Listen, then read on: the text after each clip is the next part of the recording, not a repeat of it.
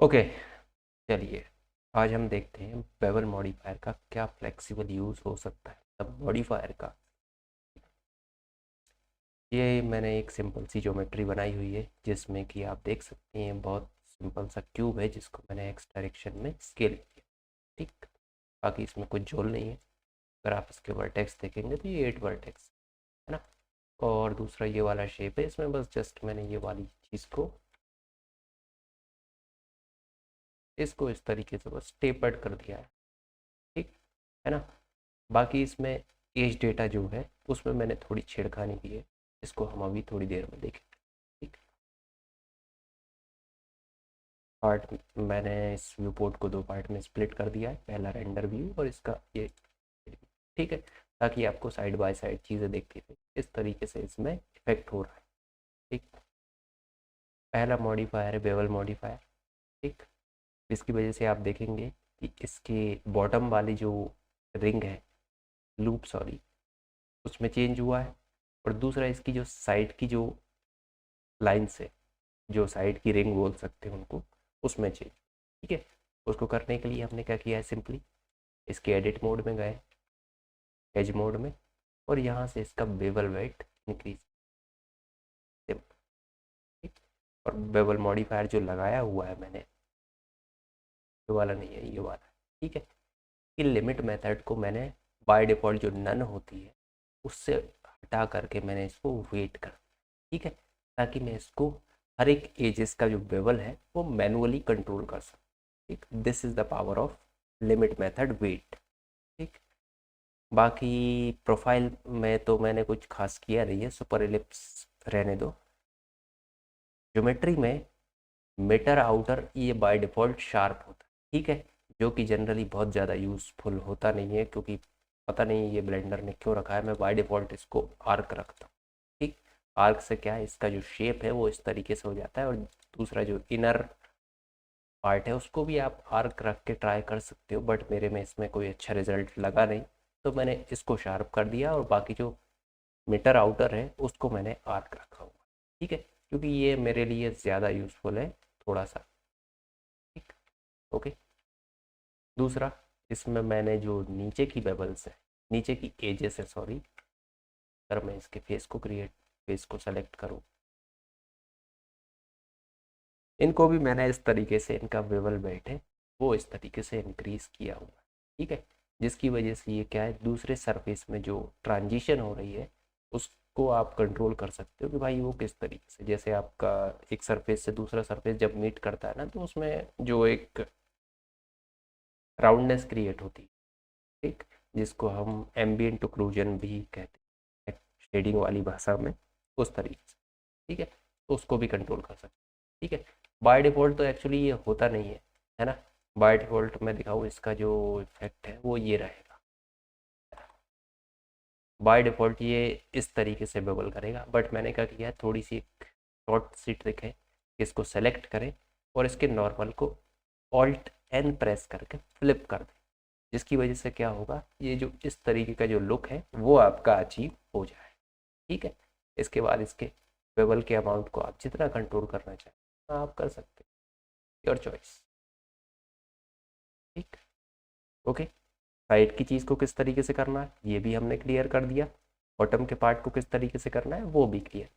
ठीक है, अब मुझे क्या करना था, ऊपर वाले जो पार्ट है उसका बेवल मैं अलग से करना चाह रहा हूँ। ठीक है, वैसे तो इससे भी कर सकता हूँ, बट मैं ऊपर वाले का चाह रहा हूँ कि उसका शेप भी मैं अलग से चेंज कर सकता हूँ। मैंने एक दूसरा बेवल मॉडिफायर लगाया, जैसे इसको मैं कट करके दिखा दूँ। इसको मैंने करिए सीधे कर दिया जनरेट बेवल। ठीक है, और इसको मैंने अलग से बेवल मॉडिफायर लगा के इसको कंट्रोल कर।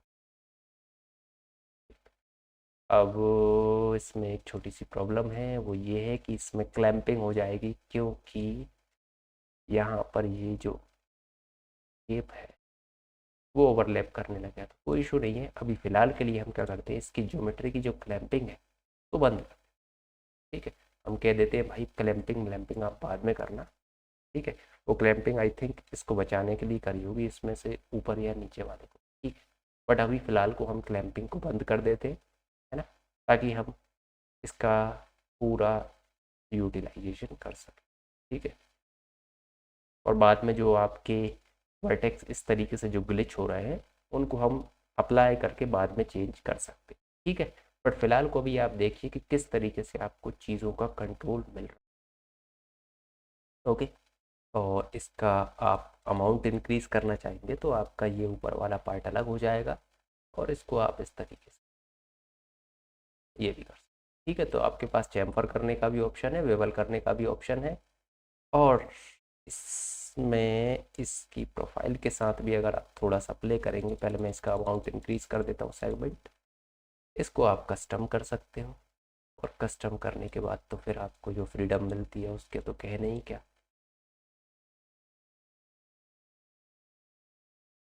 ठीक। तो ये वाला जो शेप है इस तरीके से आप कंट्रोल कर सकते हो। ठीक। ऐसा तो इतना ज़्यादा कोई चीज़ प्ले करते नहीं है हम लोग। ठीक। बट आपका फ्रीडम है जैसी आप चीज़ें करना चाहो। ठीक। सेगमेंट आप जितना ज़्यादा इंक्रीज करोगे उतना ज़्यादा स्मूथ। ठीक। और बेवल का अमाउंट बढ़ाओगे तो इस तरीके से इसका अमाउंट बढ़ जाएगा। ठीक। अब जैसा मैंने बोला था कि ये जो ग्लिच है इसको आपको क्या है मैनुअली फिक्स करना पड़ेगा इसमें अप्लाई करके। ठीक है। तो कोई इतना बड़ा इशू नहीं है, हम जब वर्टेक्स को वेल्ड कर देंगे इस तरीके से तो वो चीज़ें फिक्स हो जाएंगी। ठीक है। जो यहाँ की जो वर्टेक्स आपस में ओवरलैप कर रही है उनको हम फिक्स कर देंगे, और दूसरा ये वाली और ये वाली वर्टेक्स क्या है आपस में फ्लिप हो जाएंगी, तो ये चीज़ सही हो जाएगी। बट इसको थोड़ा सा आपको मैनुअली करना पड़ेगा, इसलिए उन्होंने यहाँ पर क्लैंपिंग का जो ऑप्शन है वो दिया था बाय डिफॉल्ट। ठीक। बट ठीक है, हमें क्लैंपिंग नहीं चाहिए, थोड़ा सा कम कर देते हैं अमाउंट को, शायद ये चीज़ फिक्स हो जाए। शायद तो नहीं होगी।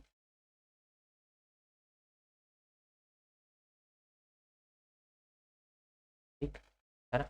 ये वाली चीज़ भी आपको मैनुअली फिक्स करनी। ठीक। बेवल में के अलावा मैं डिफॉल्ट और बेल्ट, एक बार को बेल्ट लगा के देख लेते हैं बेल्ट में क्या।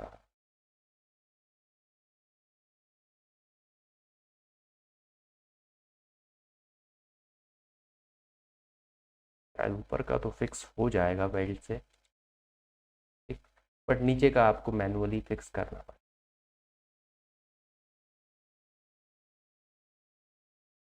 ठीक। ओके। बट नाउ इसका एक फ़ायदा और ये भी है कि आप दूसरी ज्योमेट्रीज को भी आप इसमें इंक्लूड करके उनमें भी सेम चीज़ कर सकते हैं। ठीक है। जैसे अब मैंने ये एक छोटा सा एक पार्ट और बनाया हुआ है जिसको भी मैंने 8 वर्टेक्स ही बनाया हुआ है। ठीक है। इसको बनाने के लिए कुछ नहीं किया है, सिंपली अगर मैं देखूं तो ये भी एक बॉक्स ही है। स्केल। ठीक है। तो जो बाय डिफ़ॉल्ट आपको क्यूब दिया था उसी को मैंने एक्स डायरेक्शन में थोड़ा सा स्केल कर लिया, और इसके जो फ्रंट फेस है उसको मैंने थोड़ा सा और स्केल कर दिया। ठीक। देन इसको सेलेक्ट किया, शिफ्ट के साथ इसे सेलेक्ट कर दिया और ज्वाइन कर दिया। ठीक। अब इसमें ये जो पार्ट है वो थोड़ा सा और गलत हो गया है। ठीक है। कोई इशू नहीं है। दूसरी मेथड हम अपना लेते हैं, इस पर सेलेक्ट करते शिफ्ट के साथ इसे सेलेक्ट करते, कंट्रोल एल प्रेस करके सिर्फ इसका मॉडिफायर कॉपी करते। ठीक। ताकि हमें इसका जो कंट्रोल है वो अलग मिल सके। ठीक। इसमें हम इसका जो साइज़ है वो डिफरेंट करते। ठीक है। ताकि हमें कोई दिक्कतों का सामना ना कर। वेल्ड को हटा देते, और इसमें आई थिंक मुझे क्लैंपिंग ज़्यादा बेटर ऑप्शन। ठीक है। ठीक। इसका बेवल इतना ही रहने देते हैं, बाकी इसका जो दूसरा बेवल है उसमें आप चेंजेस कर सकते हैं। ठीक। जैसे कि अगर मैं इसके को सेलेक्ट करूँ और इसका अमाउंट कम ज़्यादा इस तरह। ठीक। तो आप देख सकते हैं कि मल्टीपल मॉडिफायर्स का यूज़ करके और अलग अलग प्रॉपर्टीज़ को ट्विक करके हम चीज़ें किस तरीके से कर सकते हैं। ठीक, ओके। आई होप आपको ये पसंद आया होगा। कुछ क्वेश्चन, कुछ आपका कन्फ्यूजन हो तो कमेंट में डाल दीजिएगा, आंसर मिल ही जाए।